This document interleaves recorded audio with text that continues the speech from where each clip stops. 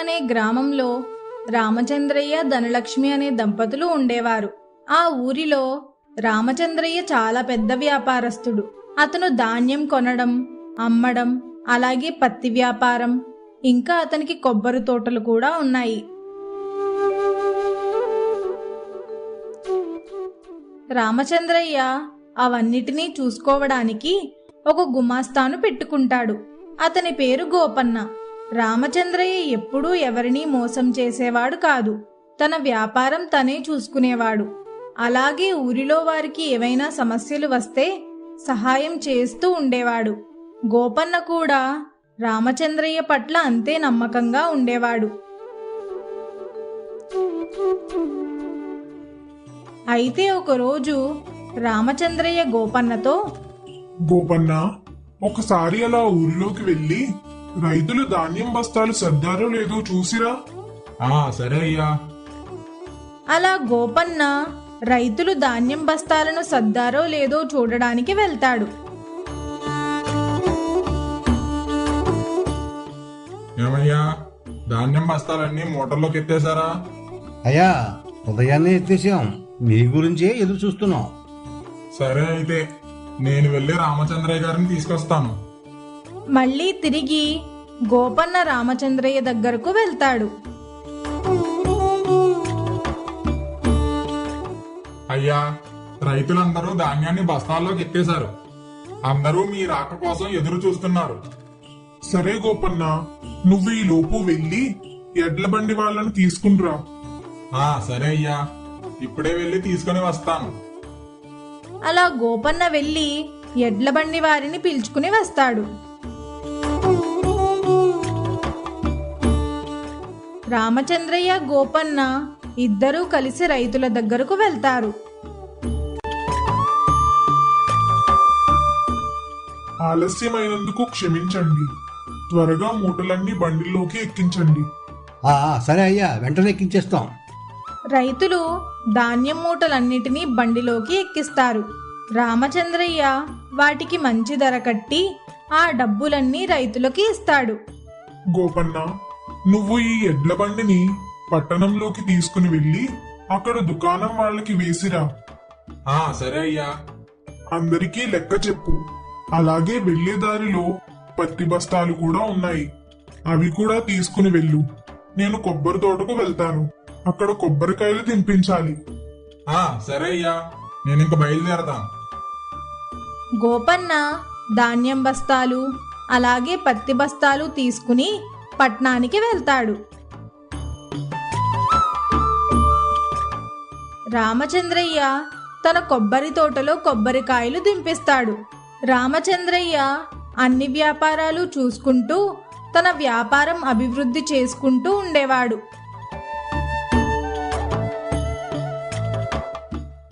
అలా కొన్ని సంవత్సరాలకి రామచంద్రయ్యకు ధనలక్ష్మికి కొడుకు పుడతాడు.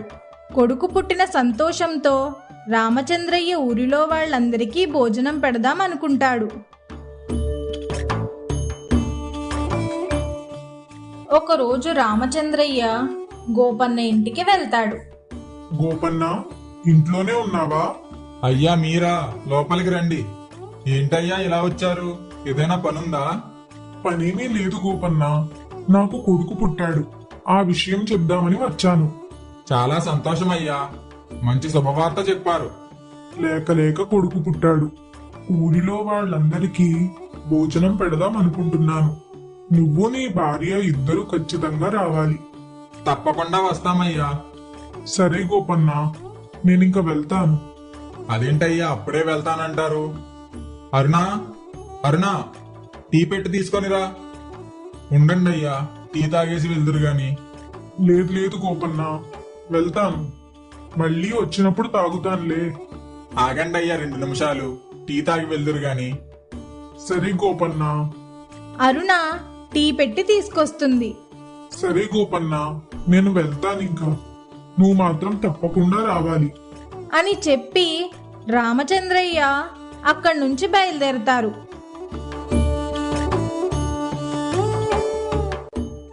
రామచంద్రయ్య ఊరిలో వాళ్ళందరినీ పిలిచి అంగరంగ వైభవంగా తన కుమారుడు పుట్టాడని వేడుకలు జరిపిస్తాడు.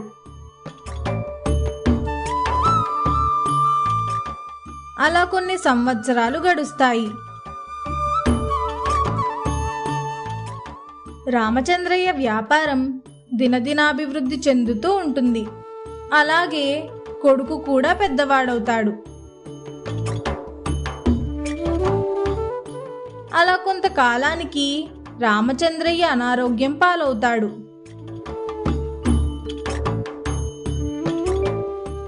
విజయ్, ఒరే విజయ్, ఒకసారి ఇలా రారా, నీతో కొంచెం మాట్లాడాలి. చెప్పండి నాన్నగారు. మరేమీ లేదురా, నా ఆరోగ్యం బాగోలేదు కదా, ఇంకా ఎన్ని రోజులుంటానో తెలియదు. నేను చనిపోయాక నీవే ఇంటి బాధ్యతలన్నీ తీసుకోవాలి. అలా మాట్లాడకండి నాన్నగారు.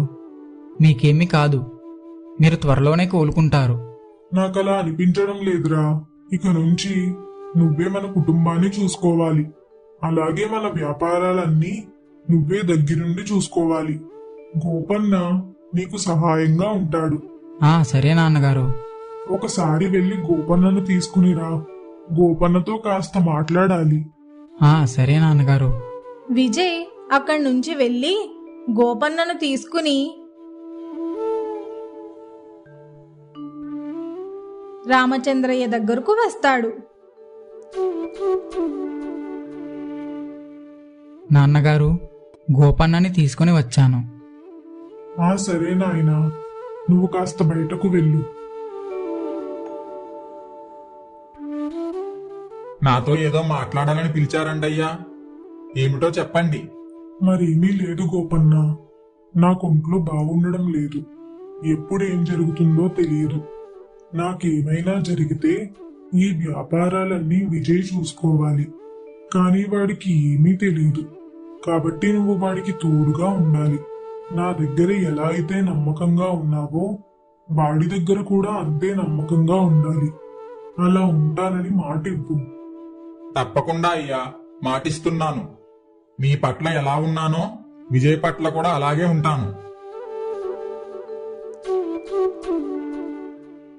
అలా కొన్ని రోజులు గడుస్తాయి. రామచంద్రయ్య మరణిస్తాడు. అప్పటి నుంచి రామచంద్రయ్య వ్యాపారాలన్నీ తన కొడుకు విజయ్ చూసుకునేవాడు. గోపన్న, మనం ధాన్యం అలాగే పత్తి ఇవన్నీ పట్టణంలో ఎవరికి అమ్ముతాం? మనం ఇక్కడ రైతుల దగ్గర ధాన్యం అలాగే మన పొలంలో పెరిగిన పత్తి అంతా పట్నంలో ఉన్న దుకాణదారులకు అమ్ముతాం. వాళ్ళు ఆ రోజు ఉన్న ధరకి మన దగ్గర కొంటారు బాబు. ఓహో, అలాగా. ఇంతకీ మనం రైతుల దగ్గర ధాన్యాన్ని ఎంత కొంటున్నాం? ధాన్యం ఎన్ని బస్తాలు తూగాయో అన్ని బస్తాలకు ఎప్పుడూ మీ నాన్నగారు ఎక్కువ ధరే కట్టేవారు. ఎందుకంటే వారందరూ చిన్న చిన్న రైతులు కాబట్టి వారికి ఎప్పుడూ అన్యాయం చెయ్యకుండా మనకు ₹1 లాభం రాకపోయినా వాళ్ళ దగ్గర మంచి ధరకే కొనేవారు. ఏమిటో మా నాన్నగారు మంచి మంచి అని చెప్పి అందరికీ ఇలాగే చేస్తారు. ఇలా చేస్తే మనం నష్టపోతాం కదా. అలా ఏం కాదు బాబు. వాళ్ళకి ఎప్పుడూ అన్యాయం చెయ్యకుండా వాళ్ళ దగ్గర ఎప్పుడూ మంచి ధరకే కొనేవారు. సరే గాని నువ్వు ముందు మన కొబ్బరి తోటలకు వెళ్ళు. అక్కడ కొబ్బరికాయలు దింపించాలి. నువ్వు వెళ్ళి వాటి లెక్కలు అవి చూసుకొని నా దగ్గరికి తీసుకునిరా. నేను అవన్నీ చూసి నీకు డబ్బులు ఇస్తాను. అవి వాళ్ళకి ఇద్దువు గాని. సరే బాబు, వెళ్తున్నాను అని చెప్పి గోపన్న కొబ్బరి తోటకు బయలుదేరతాడు. ఇంతలో విజయ్ తనలో తాను ఇలా అనుకుంటాడు. ఏమిటో మా నాన్నగారు ఈ గుమస్తాని బాగా నమ్మేశారు. అన్నీ వాడికే చెప్పారు చనిపోయే ముందు. నాకెందుకో వీడు మోసం చేసేలా కనిపిస్తున్నాడు. వీడిని ఎలాగైనా ఈ ఉద్యోగం నుండి తప్పించాలి, లేకపోతే మొత్తం కాజేస్తాడు.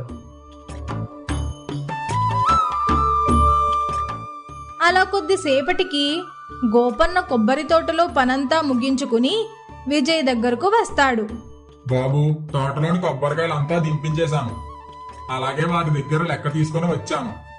మీరు లెక్క చూసి వారికి డబ్బులు ఇవ్వండి. సరే సరే, ఈ డబ్బులు తీసుకొని వాళ్ళకివ్వు. సరే బాబు. గోపన్న, వచ్చేటప్పుడు కాస్త మంచినీళ్ళు తీసుకొనిరా, దాహంగా ఉంది. సరే బాబు, తీసుకొస్తాను. అలా విజయ్ గోపన్న చేత తన పనులన్నీ చేయించుకుంటూ ఉండేవాడు.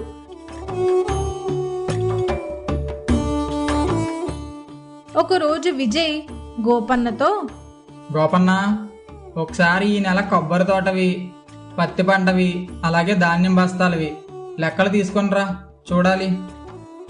తెస్తున్నా బాబు. అలా గోపన్న వెళ్ళి లెక్కల పుస్తకం తెస్తాడు. ఇదిగోండి లెక్కల పుస్తకం. ఆ పుస్తకం ఆడు పెట్టు. ఈ చీటీలో ఉన్న సరుకులన్నీ తీసుకొని మా ఇంటికాడ ఇచ్చేసిరా.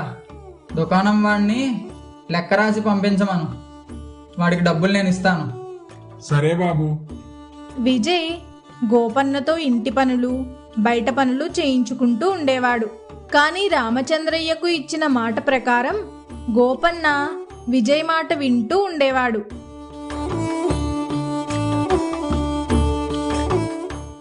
ఏమిటి గోపన్న, ఎంతసేపు? నీకింకా పనులున్నాయి కదా. నువ్విలా ఎంతసేపు చేస్తే ఆ పనులు ఎవరు చేస్తారు? సరుకులకి లెక్క తీసుకురమ్మని చెప్పా, తెచ్చావా? బాబు, తెచ్చాను, ఇదిగో. సరే, పత్తి పంట అంతా అక్కడ శుభ్రం చేస్తున్నారు, వెళ్ళి అక్కడ చూడు. అలాగే కూలీలకు డబ్బులు ఇచ్చేసిరా అని చెప్పి గోపన్నను అక్కడి నుంచి పంపించేస్తాడు. గోపన్న పనులన్నీ చేసుకుని తిరిగి విజయ్ దగ్గరకు వచ్చి ఇలా అంటాడు. బాబు, మొత్తం పత్తి అంతా శుభ్రం చేయించేశాను. అందరికీ వాళ్ళ డబ్బులు కూడా ఇచ్చేశాను. ఇంకేమైనా పనులున్నాయా బాబు? ఇంకేం పని లేదు, కానీ మీరు రేపు ఉదయాన్నే రావాలి. ఆ పత్తి బస్తాలన్నీ ఇక్కడ దుకాణంలో సర్దాలి, కాబట్టి మీరు త్వరగా రండి. సరే బాబు. నాకు ప్రతి నెల 1వ తారీఖున మీ నాన్నగారు జీతం ఇచ్చేవారు. ఇవాళ 1వ తారీఖు. నా జీతం డబ్బులు ఇస్తే ఇంటికి వెళ్తాను బాబు. అప్పుడే జీతం డబ్బులా? ఇంతకీ మా నాన్నగారు మీకు జీతం ఎంత ఇచ్చేవారు? నాకు ప్రతి నెల జీతం 1000 రూపాయలు బాబు. అమ్మో, 1000 రూపాయలా? మీకు ఏ పని ఉండదు, ఖాళీగానే ఉంటారు. ఆ మాత్రం దానికి 1000 రూపాయలు ఎందుకు? నేను అంత ఇవ్వను, 700 రూపాయలు ఇస్తాను అంతే. అదేమిటి బాబు అలా అంటారు? అంత తగ్గించేస్తే మాలాంటి వాళ్ళు ఎలా బ్రతుకుతారు? కొంచెం చూడండి. నేను మాత్రం 700 రూపాయలే ఇస్తాను. అలా అయితే చెయ్యి, లేదా మానే, అది నీ ఇష్టం. సరే బాబు, మీరన్నట్లే ఇవ్వండి. అలా గోపన్న తన జీతం డబ్బులు తీసుకుని ఇంటికి వెళ్తాడు.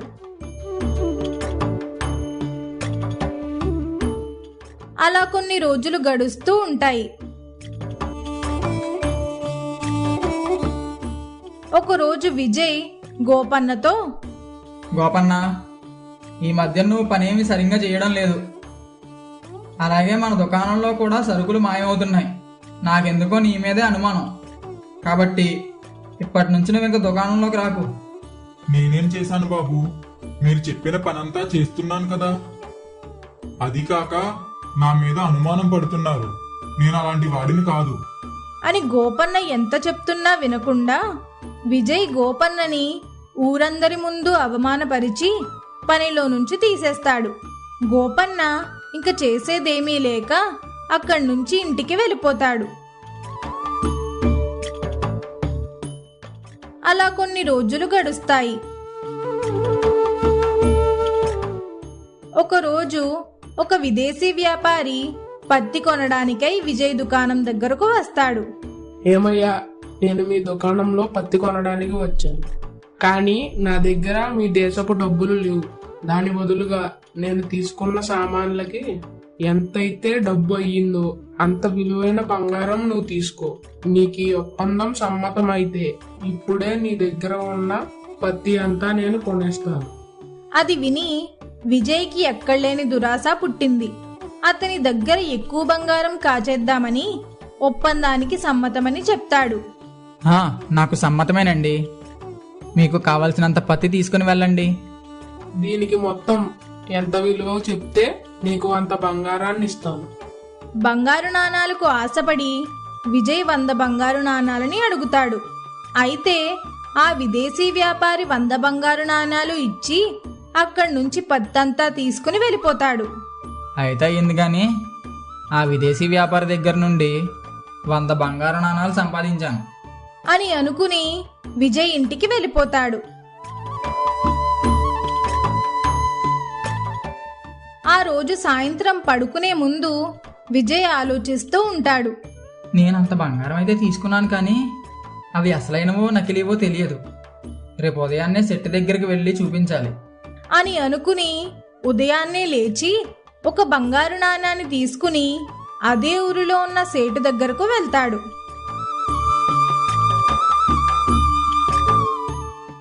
ఏమండి, ఈ బంగారు నాణం అసలైందో కాదో చెప్పండి. ఇది బంగారం కాదు, బంగారం పోత అంటే ఇది ఒక ఇత్తడి నాణ్యం. అని సేటు చెప్పగానే విజయ్కి దుఃఖం తన్నుకుంటూ వస్తుంది. ఇంక చేసేదేమీ లేక ఇంటికి వెళ్ళిపోతాడు. విజయ్ బాధగా ఉండడం చూసిన ధనలక్ష్మి, ఏమైంది నాయనా, ఎందుకు అంత దిగాలుగా ఉన్నావు? ఏమీ లేదమ్మా, నిన్న మన దుకాణానికి ఒక విదేశీ వ్యాపారి వచ్చాడు. అతను మన దగ్గర ఉన్న పత్తంతా తీసుకొని డబ్బు బంగారు నాణం రూపంలో ఇచ్చాడు. కానీ తీరా చూస్తే అవి ఇత్తడి నాణాలు. నన్ను మోసం చేసి మన దగ్గర ఉన్న పత్తంతా తీసుకుని వెళ్ళిపోయాడు. ఇలాంటి సమయంలో గోపన్న ఉండి ఉంటే నువ్వు ఇలా మోసపోయేవాడివే కాదు. ఇప్పుడు బాధపడినా ఇంకేం ప్రయోజనము లేదు. ధనలక్ష్మి విజయ్కి నచ్చ చెప్తుంది.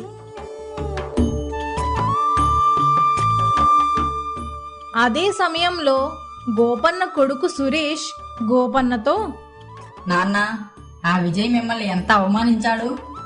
నేను వాడిని మోసం చేసి వాడికి బంగారు నాణాలని చెప్పి ఇత్తడి నాణాలు అంటగట్టి వాడి దగ్గరున్న పత్తంతా పట్టుకుని వచ్చేశాను. లేకపోతే మిమ్మల్ని అవమానిస్తాడా? సరైన గుణపాఠమే నేర్పాను వాడికి. అది విన్న గోపన్న సురేష్తో, ఎంత పని చేసావురా సురేష్? ఎన్నాళ్ళు అతని దగ్గర పనిచేసింది ఆయన తండ్రి రామచంద్రయ్య గారి ముఖం చూసి. మానేయాలనుకుంటే ఎప్పుడూ మానేసేవాణ్ణి. కాని రామచంద్రయ్య గారు తన కొడుకు బాధ్యతను నాకు అప్పగించారు. నా మీద ఎంత నమ్మకం ఉంటే నాకు అప్పగించుంటారు. అందుకనే అతను ఎన్నన్నా సహించాను. ఎప్పుడూ విజయ్ని పన్నెత్తి మాట అనలేదు. ఇప్పుడు నువ్వు వాడిని మోసం చేశాను అంటున్నావు. నువ్వు తనని కాదు మోసం చేసింది, నన్ను. అలాగే నేనిచ్చిన మాటని నన్ను అడగకుండా ఎందుకు చేశావురా ఇలాంటి పని? ఇంకెప్పుడు ఇలాంటి పనులు చెయ్యకు. పద, ఆ పత్తంతా పట్టుకొని నడువు. గోపన్న తన కొడుకుని తీసుకుని విజయ్ ఇంటికి వస్తాడు.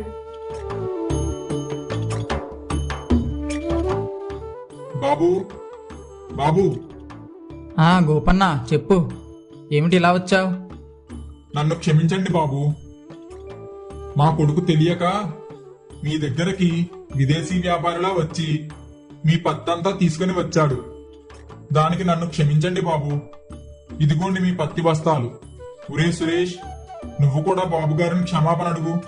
నన్ను క్షమించండి అయ్యా, ఇంకెప్పుడు ఇలా చెయ్యను. నేను కాదండి క్షమించాల్సింది, మీరే నన్ను క్షమించాలి. నాకు ఇప్పుడు తెలిసి వచ్చింది, నా తండ్రి తర్వాత తండ్రి లాంటివారు. నేను మిమ్మల్ని చాలా చిన్న చూపు చూశాను, అలాగే అవమానించాను. మీరు అవేమీ మనసులో పెట్టుకోకండి. చూడు బాబు, మీ నాన్నగారు చనిపోతున్నప్పుడు నీ బాధ్యతను నాకు అప్పగించారు. అందువలనే ఇంతవరకు నీకు తోడుగా ఉన్నాను. నువ్వు ఏమన్నా పడ్డాను, కేవలం ఆయనకిచ్చిన మాట కోసం. సరే, ఇంక నేను వెళ్తాను బాబు. ఇక నుంచైనా మోసపోకుండా జాగ్రత్తగా ఉండు. వ్యాపారాలన్నీ సరిగ్గా చూసుకో. ఆగండి గోపన్న, మీరు ఎక్కడికి వెళ్ళొద్దు నన్ను విడిచిపెట్టి. మీరు ఇన్నాళ్ళు నాకు ఎలా అయితే అండగా ఉన్నారో ఇక నుంచి కూడా అలాగే ఉండాలి. ఈ వ్యాపార బాధ్యతలన్నీ చూసుకోవాలి. ఇదిగోండి తాళాలు, ఇక నుండి అన్నీ దగ్గరుండి చూసుకోండి.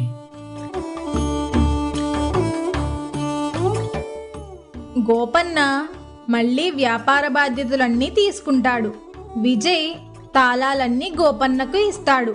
అప్పటి నుంచి గోపన్న వ్యాపార బాధ్యతలన్నీ తీసుకుని విజయ్కి తోడుగా ఉంటాడు. అలాగే సురేష్ విజయ్ పనిలో సహాయం చేస్తూ ఉండేవాడు. మా వీడియో గనుక మీకు నచ్చినట్లయితే లైక్ చేయండి, షేర్